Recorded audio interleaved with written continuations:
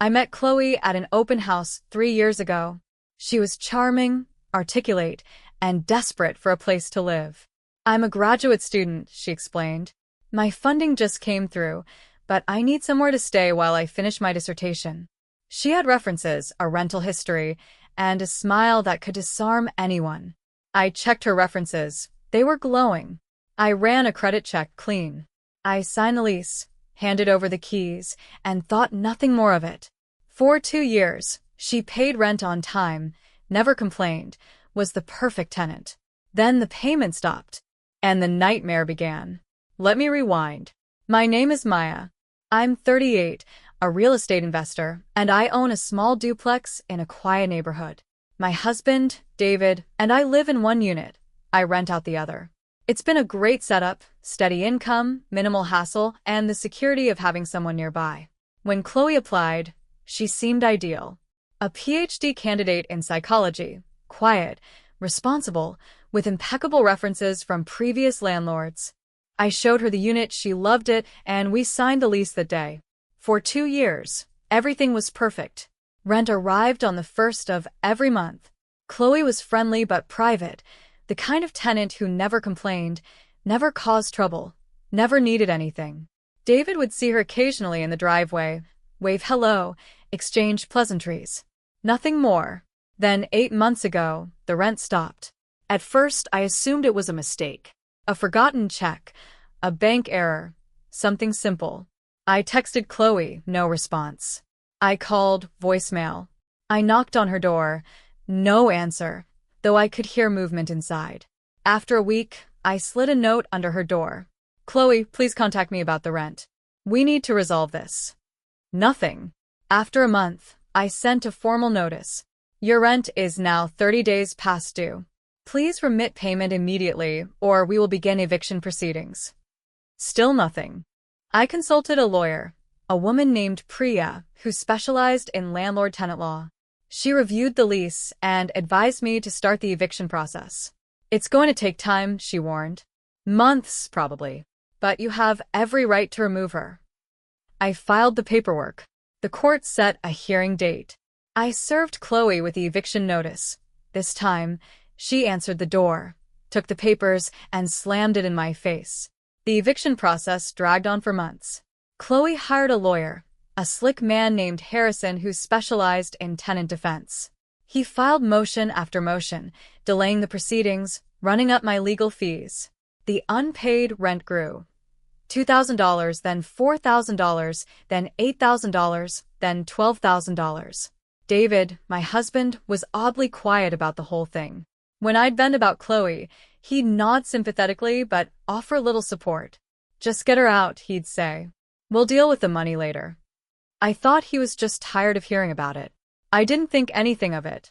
Finally, after 8 months of legal battles, the court ruled in my favor. The sheriff served the eviction notice, and Chloe was given 72 hours to vacate.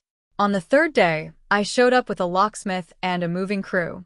Chloe was gone. Her car, her belongings, everything. The apartment was empty, clean, and silent. But as I walked through the unit, checking for damage, I noticed something. A box, left behind in the back of a closet. Small, unmarked, overlooked in her rush to leave. I opened it. Inside were photographs, dozens of them, of Chloe and David, at a beach, at a restaurant, in a hotel room, smiling, laughing, holding each other. And, at the bottom of the box, a marriage certificate, dated 3 years ago, 6 months after she'd moved in. Chloe and David, husband and wife. I stared at the document, my mind refusing to process what I was seeing. My husband, my tenant, married, for 3 years.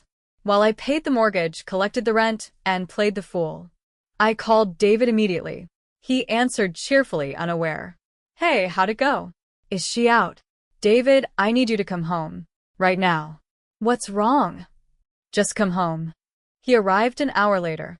I met him at the door with the box. What's this? He asked, his face innocent. Open it. He did. I watched his face change, confusion, then fear, then defeat. Maya, I can explain. Explain what? That you've been married to someone else for 3 years? That she's been living in our building, paying rent to us, while you've been what? Visiting her at night, when I thought you were working late. He had no answer. I handed him the divorce papers I'd already printed. You have 30 days to move out. I'll be filing these tomorrow. David moved out that week. He didn't fight, he couldn't. The evidence was undeniable. Chloe disappeared, leaving behind only the box and the wreckage of my marriage. I spent the next few months in a daze, trying to process the betrayal. My husband, my tenant, my home. All of it was a lie. I filed for divorce, sold the duplex, moved to a new city. I needed distance from the memories, from the pain, from everything. But the story wasn't over. A year later, I got a call from a detective. They'd found Chloe, arrested her for fraud in another state. And during the investigation, they'd discovered something else. Something that made my blood run cold. The detective's name was Martinez. He called me on a Tuesday afternoon, his voice calm and professional. MS. Maya, we've arrested Chloe Vance on multiple counts of fraud. During our investigation, we discovered she'd been using several aliases, multiple identities, and a string of stolen credit cards. But there's something else. Something you need to know. I gripped the phone, my heart pounding. What is it? Your husband, ex-husband, David. He wasn't just married to Chloe. He was in on it. They'd been running this scam together for years. Targeting property owners, moving from city to city, disappearing before anyone caught on. I felt the world tilt. David wasn't just a cheating husband, he was a con artist. The marriage, the tenant, the eviction, all of it was a setup. A carefully orchestrated scam designed to bleed me dry. Detective Martinez explained the full scope. David and Chloe had been working together for 5 years, moving from state to state, targeting women like me, property owners with assets, living alone, vulnerable to manipulation. David would romance the target, sometimes even marry them. Chloe would pose as a tenant, move into a property, and then stop paying rent. Together, they'd drain the victim's resources, legal fees, emotional distress, lost income, before disappearing and starting over. I was just one of many. At least 7 other women had been targeted, some losing hundreds of thousands of dollars. The detective's office was building a federal case against them. He's been using fake identities for years, Martinez said. David Vance isn't even his real name. We think his actual name is Marcus Webb, but we're still verifying. He's been married at least 4 times that we know of, possibly more. For times. For women, for lives, for sets of victims. And I'd been one of them. I need you to come in and make a statement, Martinez said. Anything you can tell us about David, his habits, his contacts, his patterns, could help build the case. I agreed. I spent the next week in the detective's office, going through every detail of my marriage, my relationship with David, my interactions with Chloe. It was exhausting, humiliating, and necessary. The evidence mounted. Bank records showed David had been funneling money from our joint accounts into hidden accounts. Credit card statements revealed purchases I'd never seen. Emails between David and Chloe, recovered from a discarded laptop, detailed their plans. And then there was the marriage certificate, the one I'd found in the box. It was real, but it wasn't the only one. Detective Martinez had found 3 more marriage certificates to other women in other states, all using different names, all with the same pattern. David, Marcus, whatever his real name was, had been running this game for a decade. And I'd walked right into it. The investigation continued for months. David and Chloe were arrested, charged, and held without bail. The trial was scheduled for a year out. I was listed as a key witness. The other victims started reaching out. A woman in Ohio, a woman in Florida, a woman in Texas, all with stories like mine. A charming man, a perfect relationship, a sudden betrayal. We formed a support group, sharing our experiences, helping each other heal. But the biggest shock was yet to come. A week before the trial, Detective Martinez called with news. They'd found David's real identity. His actual name was Daniel Cross. And he had a wife, a real wife, in another state, who had no idea he was alive. The trial was held in federal court, 3 months after David and Chloe's arrest. The courtroom was packed, reporters, curious onlookers, and a row of women I'd come to know as fellow victims. We sat together, a sisterhood of betrayal, holding hands, sharing tissues, waiting for justice. Daniel, sat at the defendant's table in a prison jumpsuit, looking nothing like the charming man I'd married. Chloe sat beside him, her face pale, her eyes downcast. The prosecutor, a fierce woman named Harris, laid out the case: fraud, identity theft, bigamy, conspiracy. The evidence was overwhelming. The first witness was the woman from Ohio. Her name was Sarah. She'd met Daniel 8 years ago, married him within a year, and lost everything when he disappeared with her savings. She testified through tears, describing the betrayal, the shame, the years of wondering what she'd done wrong. Next was the woman from Florida, Maria. She'd been with Daniel for 3 years, even had a child with him. He'd left when the child was 6 months old, taking everything she had. She hadn't seen him since, until today, when she pointed at him from the witness stand and said, "That's him. That's the man who destroyed my life." Then it was my turn. I walked to the stand, my legs trembling, and told my story. The rental, the marriage, the tenant, the discovery. I described finding the box, the photographs, the marriage certificate. I described the moment I realized my life was a lie. Harris asked, "What did you feel when you learned the truth?" I looked at Daniel. He wouldn't meet my eyes. Rage, grief, shame. I felt like a fool, like everything I'd believed in was a fiction. And now I feel resolve. I'm here to make sure he can't do this to anyone else. The defense lawyer cross-examined, trying to paint me as bitter, vengeful, unreliable. But the evidence spoke for itself. The bank records, the emails, the other victims, all of it corroborated my story. The final witness was Daniel's real wife. Her name was Lisa. She lived in Nevada, had been married to Daniel for 15 years, and had no idea he was alive. She thought he died in a car accident a decade ago. He'd faked his own death, collected insurance money, and started a new life, multiple new lives, leaving her to grieve alone. When she took the stand, the courtroom was silent. She described meeting Daniel, falling in love, building a life. She described the phone call telling her he was dead, the funeral she'd held, the years of mourning. And then she described the moment a detective knocked on her door and told her he was alive, married to other women, living other lives, leaving a trail of destruction behind him. "I mourned him for 10 years, she said, her voice breaking. "I raised our children alone. I never remarried because I thought he was the love of my life. And all that time, he was out there, doing this to other women." Daniel finally looked up. For a moment, their eyes met. Then he looked away. The jury deliberated for 2 days. When they filed back in, the courtroom held its breath. The foreman stood, unfolded a piece of paper, and read the verdict. On the charge of fraud, we find the defendant guilty. On the charge of identity theft, guilty. On the charge of bigamy, guilty. On the charge of conspiracy, guilty. Guilty on all counts. Daniel's face went white. Chloe burst into tears. Lisa, his real wife, sat in the gallery, her face a mask of grief and relief. The judge set sentencing for 6 weeks out. Daniel was led away in handcuffs. Chloe was taken separately.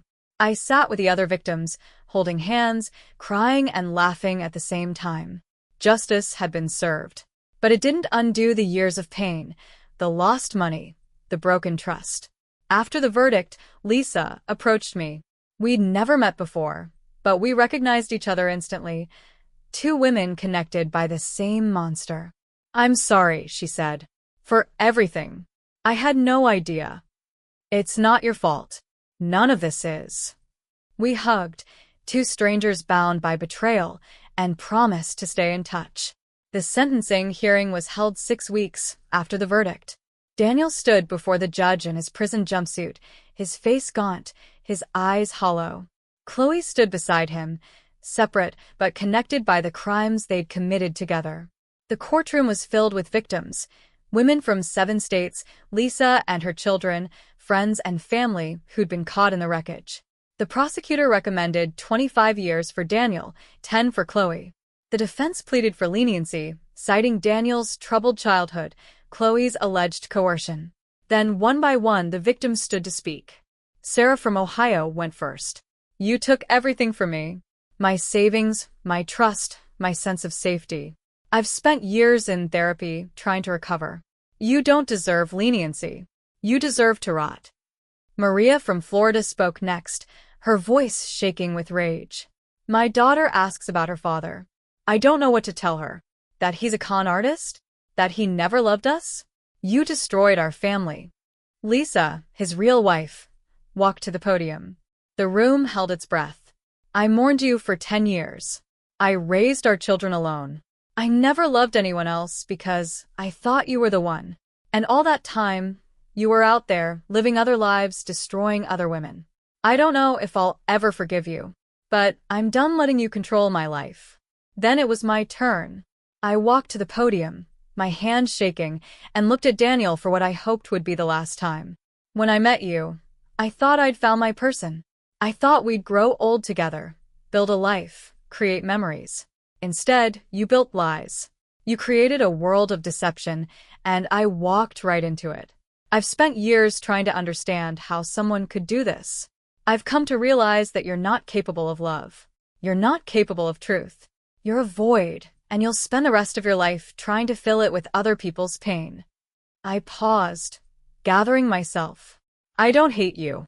Hate would require feeling something for you. I feel nothing. You're irrelevant to me now. But I'll be watching from afar, and I'll take pleasure in knowing that you'll never hurt anyone again." I sat down. The room was silent. The judge considered for a long moment, then spoke. "Daniel Cross, you have been convicted of heinous crimes against multiple victims. You have shown no genuine remorse. You have manipulated, deceived, and destroyed countless lives. The sentence of this court is 25 years in federal prison, to be followed by 10 years of supervised release. You are ordered to pay restitution in the full amount of all funds stolen, to be determined in subsequent hearings." Daniel's face remained impassive, but I saw his hands tremble. The judge turned to Chloe. "Chloe Vance, you were a willing participant in these crimes. You may have been manipulated, but you were not innocent. The sentence of this court is 8 years in federal prison, to be followed by 5 years of supervised release. Restitution applies to you as well." Chloe sobbed, collapsing into her chair. Daniel didn't look at her. The sentences were read. Daniel was led away. Chloe followed. The victims embraced, cried, promised to stay in touch. Lisa and I exchanged numbers, vowing to support each other in the years ahead. But the story wasn't over. A month after the sentencing, I got a letter. Prison stationery, handwritten, from Daniel. "Maya, I know you have no reason to read this. I know you have no reason to believe anything I say. But I need you to know that I'm sorry. Not for getting caught. For everything. For the lies, the manipulation, the pain I caused. I've had a lot of time to think in here, and I've realized that I don't know how to be a person who isn't lying. I've been pretending so long I forgot there was anything else. I'm not asking for forgiveness. I'm just telling you the truth. Finally, Daniel." I read the letter 3 times. Then I folded it carefully and placed it in a drawer, next to the box that had started it all. I never wrote back. I kept Daniel's letter in that drawer for a year. Sometimes I'd take it out, read it again, try to feel something, anger, pity, anything. But the emotions had faded, replaced by a quiet acceptance. He was in prison where he belonged. I was free, building a new life. The other victims and I stayed in touch, forming a bond that surprised us all. We called ourselves the Sisterhood of Survivors. We met for coffee, shared our stories, celebrated our victories. And slowly, painfully, we healed. Lisa, Daniel's real wife, became a close friend. We talked for hours about our children, our work, our futures. She'd started a small business, a bakery, and it was thriving. Her kids, teenagers now, were doing well, despite everything. She'd even started dating again, a kind man who knew her story and didn't flinch. "Life goes on," she said one day, as we sat in her bakery, eating croissants. "It has to. I nodded. It does. The other women in our group found their own paths. Sarah remarried, a gentle man who adored her. Maria's daughter, now 10, asked about her father less and less. The woman from Texas started a foundation for fraud victims. We were all moving forward, in our own ways, at our own pace. Daniel and Chloe, meanwhile, faded into the background. They'd write occasionally, letters from prison, full of regret and promises. None of us responded. We'd given them enough of our lives. The restitution payments trickled in, small amounts deducted from whatever prison wages they earned. It would take decades to repay what they'd stolen, but the money was never the point. The point was accountability. The point was justice. 5 years after the trial, I got a call from Lisa. Daniel had been diagnosed with cancer. Advanced, aggressive, incurable. He had months, maybe weeks. "Do you want to see him?" she asked. "Say goodbye." I thought about it. About the man who destroyed so many lives. About the years of pain, the healing, the forgiveness I'd fought so hard to find. "No," I said. "I don't need to. I've already said everything I needed to say." He died 3 months later, alone in a prison hospital. Chloe was released after serving 6 years of her sentence. She moved to another state, changed her name, tried to disappear. I didn't track her down. I didn't care. The Sisterhood of Survivors held a small gathering after Daniel's death. Not a celebration, just a quiet acknowledgement that a chapter had closed. We toasted to our strength, our resilience, our futures. "To us," Lisa said, raising her glass. "To us," we echoed. The micro-niche here isn't just tenant law or marital fraud. It's about the long, painful work of healing after betrayal. It's about learning that justice doesn't undo the past, but it can help build a future. It's about a group of women who turned their pain into power, their isolation into sisterhood, their grief into growth. Have you ever been betrayed by someone you trusted? Did you find a way to heal, or are you still carrying the weight? Share your stories in the comments below. Let's build a community of survivors who understand that the only way out is through. And if this story of tenants, secrets, and hard-won peace resonated with you, share it. Sometimes the most important thing we can do is tell the truth and find others who've lived it too. Thanks for listening.